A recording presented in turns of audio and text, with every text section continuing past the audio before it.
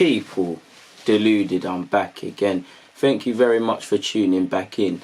Now, and I hope you're all doing well and safe, if I haven't said that already. Now, I just have some things I'd like to get off my chest. Let me be very clear with what I'm about to say for those who misunderstand or, fail to understand, quite frankly, what I am saying. I'm not saying professional footballers cannot shoulder more of a burden. I'm not saying professional footballers cannot take wage cuts and things like that, people. I am not saying you can't point the finger at people that are in better positions. I do think you have to be careful, because I do think some people, especially with social media and wealth, they see it as a chance to just be bitter and project things. And I do think in society, us normal folk at times can be very insensitive, people. Like a multi-millionaire could donate £1 million and someone will say, why don't you donate 2? And I think, come on now, what have you donated? Have you donated that equivalent of your personal estate or wealth or whatever you're doing in your life? Very different, and it's always easy to look at those with more money and just simply assume because they've got more money they should do more. Yes, there is cause for that, but also we need to also make sure we're doing the same things, getting our own houses in order and things like that. And you know what, if we're honest, it shouldn't be down to an individual. Obviously we as a collective need to stand up, but it shouldn't be down to any individual regardless of wealth to change the fortunes of the many. That's not how society works. I'm quite frankly annoyed at seeing professional footballers scapegoated. Obviously they have wealth, obviously they can afford to take pay cuts, assuming they've got financial literacy, and let's also consider their life standards for a second. Don't think just because they're earning how many Ks a week that they haven't got things to pay for and mortgages like the rest of us, and bills and whatnot. It's ridiculous, people. I'm not saying they can't play more, but I do think they're an easy target. I think they're a very easy target, professional footballers, people. Alone in this, like you're seeing multiple politicians come out and say it. Get your own house in order. Come on, do I need to before I even get into it, do I need to tell you about politics in this country and the misuse of funds and several grants and all of these things? Get your own house in order. Make sure you're not claiming expenses and make sure you're donating what you need to do. A lot of these politicians that come out and speak, ironically, they're friends of bankers, having worked at for banks and things. Now, I'm not criticising the banking sector. I'm not demonising the banking sector. But these are the people you should be looking at as well, for obvious reasons, to lend a hand. If you're going to look at anybody in football clubs, people, and I'm not don't misunderstand what I'm saying. I've defended players. I haven't defended football clubs, because I'm not defending owners. There are some clubs that are doing collective good things. There are some clubs that are standing by their own. I am simply offering my 2 pence on players. So do not misunderstand once again what I am saying, people.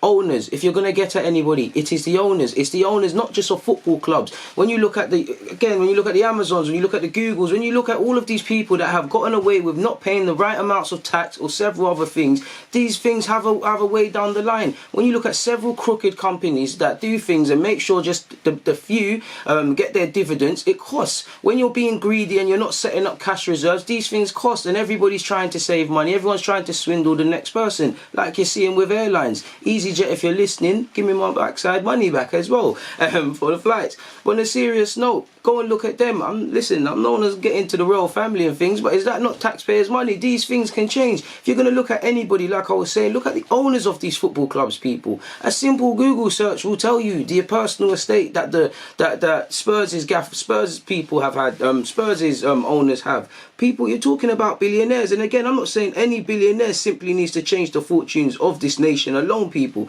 But if you're going to point the finger at anybody, you need to point it at millionaires, people, because a simple Google search will tell you about, obviously, the British owners that I hear. You look at someone like Dean Hoyle, and I'm not saying it's him alone, but he's got a personal... Dean Hoyle, has a personal estate of 362 million. Tim Bloom of Brighton, 1.3 million. The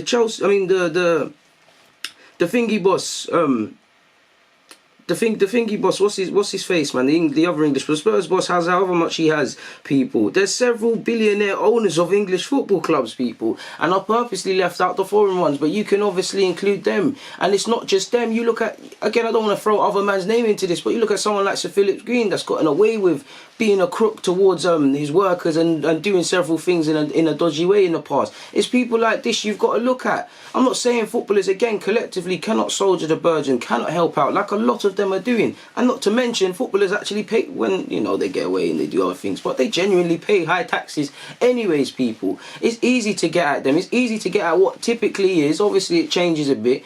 middle class, low income, or what would be low income people that have gone on to become professional footballers through their talent and having a lot of money and flaunting it. And you know, it's an easy target. It's easy to get at footballers because they're just kicking a ball around for a living. It's very easy. Once again, I am not saying that these lot cannot help more, but look at the owners of these clubs, people that have been for years getting the riches of, for some, Champions League, for many the Premier League, all of these sort of things, even the Premier League in itself, people, even the Premier League in itself. For years, this has been the most valuable league in terms of money.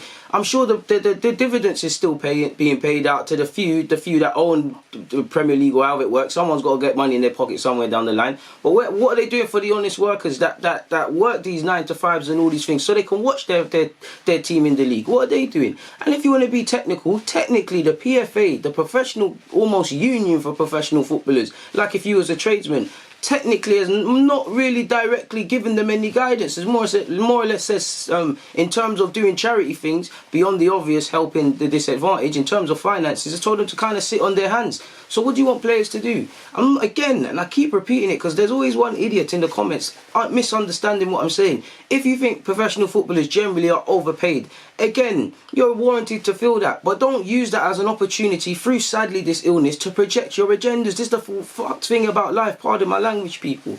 It's ridiculous. And again, if you want to look at the riches of football clubs, would people, like, look at Mesut Ozil, would he be in a position, rightly or wrongly, to earn 300,000 a week if Arsenal wasn't worth £1 billion and other people were getting more money? What footballers earn are pennies, people, compared to what these owners and the very few earn, people.